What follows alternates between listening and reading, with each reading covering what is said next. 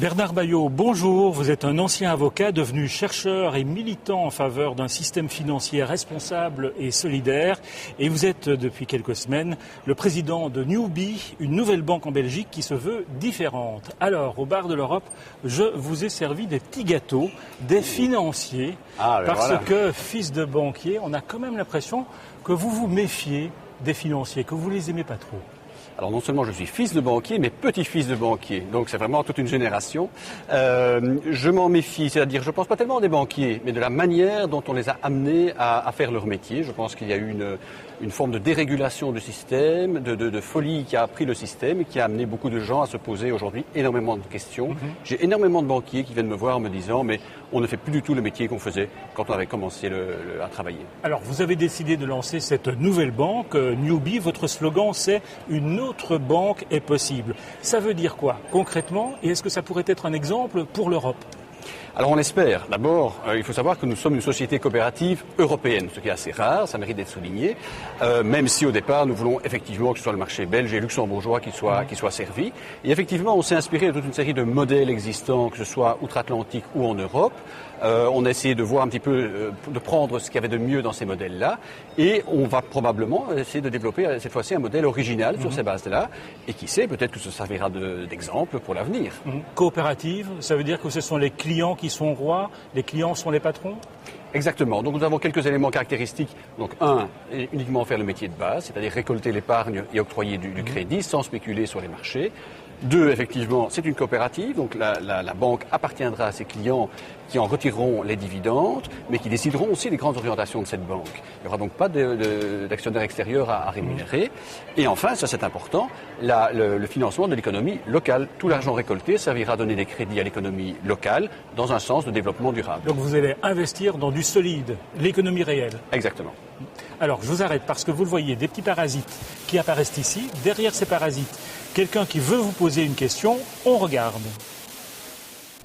Bonjour, je m'appelle Étienne de Canataille et je suis économiste dans une banque de gestion ici à Bruxelles. L'initiative Newbie est une initiative à saluer parce que ça va mettre un petit peu de réflexion dans un secteur bancaire qui a besoin de se réinventer.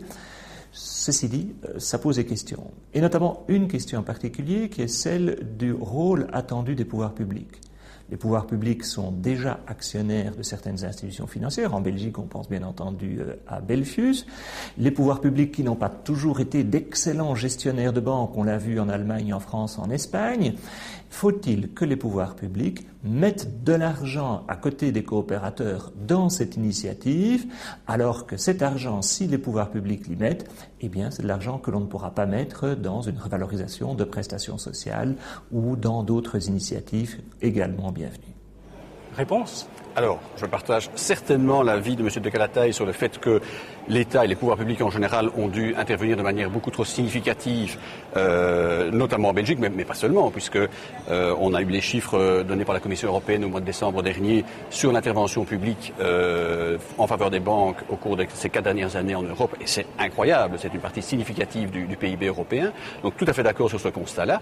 Ici, l'objectif n'est pas du tout de solliciter avant tout le capital public, c'est avant tout le capital des particuliers, des coopérateurs qui sera sollicité, même s'il n'est pas exclu qu'effectivement des pouvoirs publics puissent intervenir à la marge dans le capital, plutôt de manière symbolique qu'autre chose. Mais là, aujourd'hui, vous avez 40 000 coopérateurs, ce qui est un succès. Oui. 20 € par part.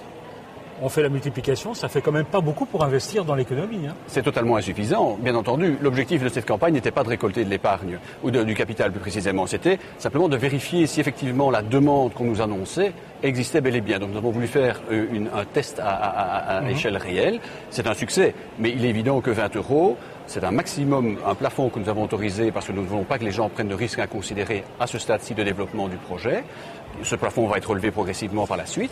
Et donc, ces 20 € sont symboliques. Vous dites, ça sera pas suffisant. On ne veut pas prendre de risques, ça veut dire que vous n'êtes pas encore totalement sûr que cette banque va voir le jour. Vous devez obtenir une agréation. le premier agrément qu'on doit obtenir, c'est l'agrément des coopérateurs. Donc nous avons une assemblée générale qui va être appelée le 6 juillet au Heysel, et les spectateurs belges se souviennent que c'était l'endroit où il y a eu des assemblées générales de grandes sociétés, de Fortis en l'occurrence, lors de la crise de 2008. Ici, ce sera un grand symbole puisqu'on va dans un élément positif au Heysel. Et la première décision, ce sera pour les coopérateurs de savoir si oui ou non on veut créer cette banque. Si la réponse est oui, effectivement, il faudra introduire un dossier auprès du régulateur belge, la Banque nationale, et bien entendu réunir le capital nécessaire, ainsi que commencer à constituer les équipes, le développement informatique, etc. Alors, lu sur votre site, le gain n'est pas un objectif en soi. Vos clients, ils veulent pas faire des bénéfices ? Nos clients, ils voudront avoir le meilleur rapport qualité-prix. C'est-à-dire que si une banque fait du bénéfice, c'est sur le dos de ses clients, par définition. Or ici, les clients sont à la fois clients, mais aussi propriétaires de la banque, ce qui veut dire qu'ils auront le meilleur rapport qualité-prix, puisque s'il y a un bénéfice, eh bien, ils se le partageront.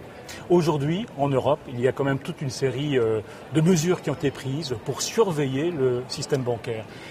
Ça vous rassure ou vous dites c'est pas encore suffisant, on est toujours sur une mauvaise voie ?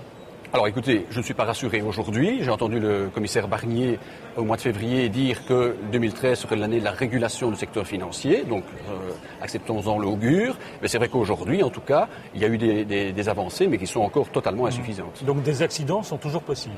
Absolument, c'est clair. Et c'est donc la raison pour laquelle je pense qu'il est essentiel que le marché financier retrouve une diversité qu'il a progressivement perdue, qu'il n'y ait pas seulement des banques commerciales qui veulent maximiser le profit à court terme, mais qu'il y ait aussi des acteurs qui se préoccupent d'intérêt général, des banques coopératives, des banques publiques, des caisses d'épargne.